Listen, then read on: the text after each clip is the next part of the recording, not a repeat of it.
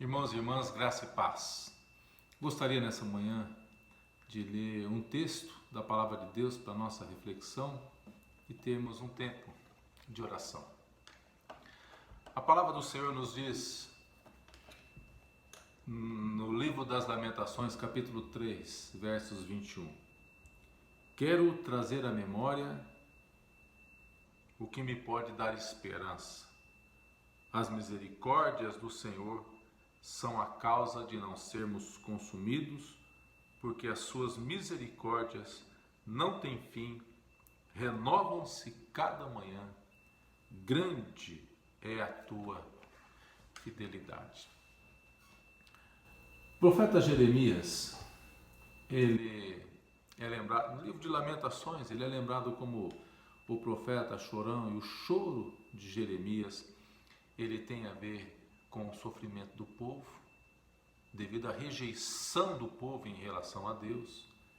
E o choro do profeta, as lágrimas dele, também tem a ver com a sua empatia em relação ao povo. Veja, Jeremias conhecia a fidelidade de Deus. Deus havia dito que se Judá desobedecesse, viria juízo. Mas o Senhor, que também havia prometido restauração, e Jeremias sabia a respeito da fidelidade de Deus. E nesse contexto é que o profeta Jeremias nos convida a refletirmos e trazermos à memória o que nos pode dar esperança. Esse texto ele nos traz promessa de restauração.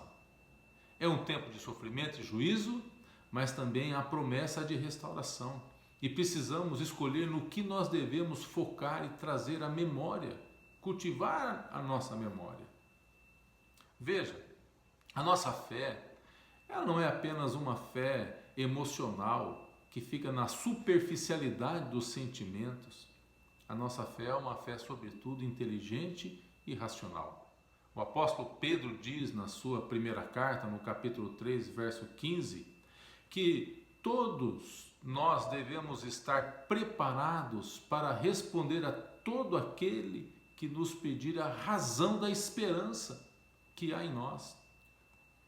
Portanto, essa é uma palavra que vai na contramão do sentimentalismo das emoções.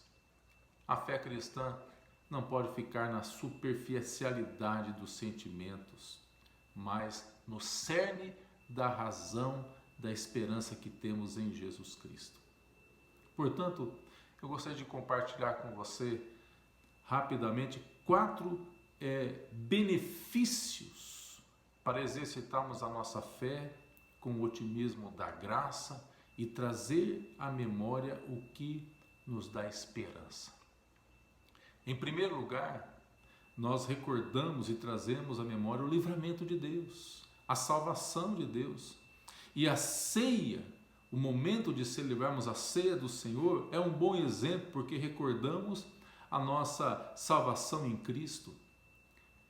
É um memorial para a nossa recordação.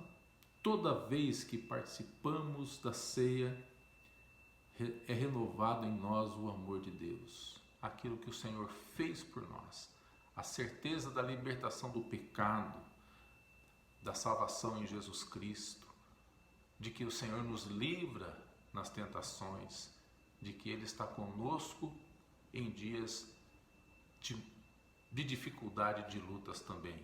Ele é que nos liberta e nos salva. Segundo, a renovação da esperança para a pessoa que se encontra desanimada. Jesus Cristo ressuscitou ao terceiro dia. A ressurreição de Jesus, ela trouxe alegria, esperança aos discípulos. Jesus se encontra com Pedro. Pedro que havia desistido, e Jesus restaura o ministério desse discípulo.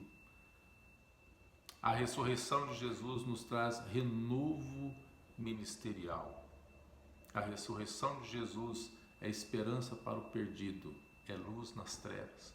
Em terceiro lugar, exercitar o que traz esperança, traz o benefício de pertencimento. Somos família de Deus. Em Efésios, capítulo 2, verso 19, diz: assim já não sois estrangeiros e peregrinos, mas concidadãos dos santos e sois família de Deus. Essa certeza nos dá ânimo para continuar, nos dá capacidade para perseverarmos, fortalece nossa identidade de que somos filhos de Deus, de que participamos da família divina. Isso nos dá força para continuarmos perseverando, amparando o irmão, enxergando o nosso próximo com misericórdia, na certeza de que Deus nos ouve em nossas orações, porque Ele é o nosso Pai querido.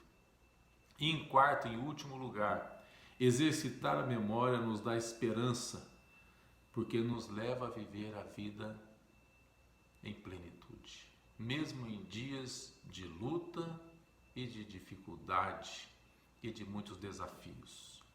Plenitude, sobretudo espiritual, até na escassez.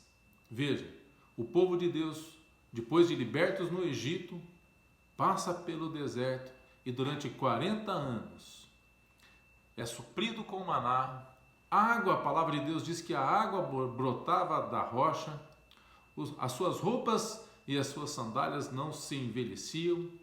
Eles tinham a nuvem durante o dia que os refrescava e tinham a coluna de fogo durante a noite que os aquecia e os guiava. O cuidado de Deus, a presença de Deus, mesmo em dias de luta e dificuldade. Esse deserto, ele é um protótipo da nossa caminhada cristã. Por isso, nós podemos olhar para a palavra de Deus, para a Escritura Sagrada e trazer à memória o que nos dá esperança. Eu gostaria de orar com você agora. Deus e Pai, eu quero clamar agora a Tua graça sobre a vida do meu irmão e da minha irmã.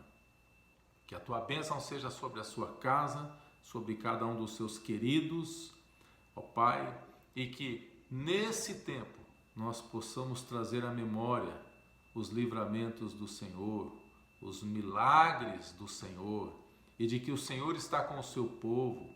O Senhor tem promessa, Senhor, de restauração. O Senhor tem promessa de nos garantir um futuro, Senhor, na sua presença. E eu peço a Deus que o Senhor esteja cuidando do meu irmão e da minha irmã. Senhor, que a Tua graça seja sobre a vida de cada um dos seus filhos e filhas. Que a graça de Jesus Cristo, o amor de Deus, o nosso Pai, a comunhão e as consolações do Santo Espírito seja com todo o povo de Deus, hoje e sempre.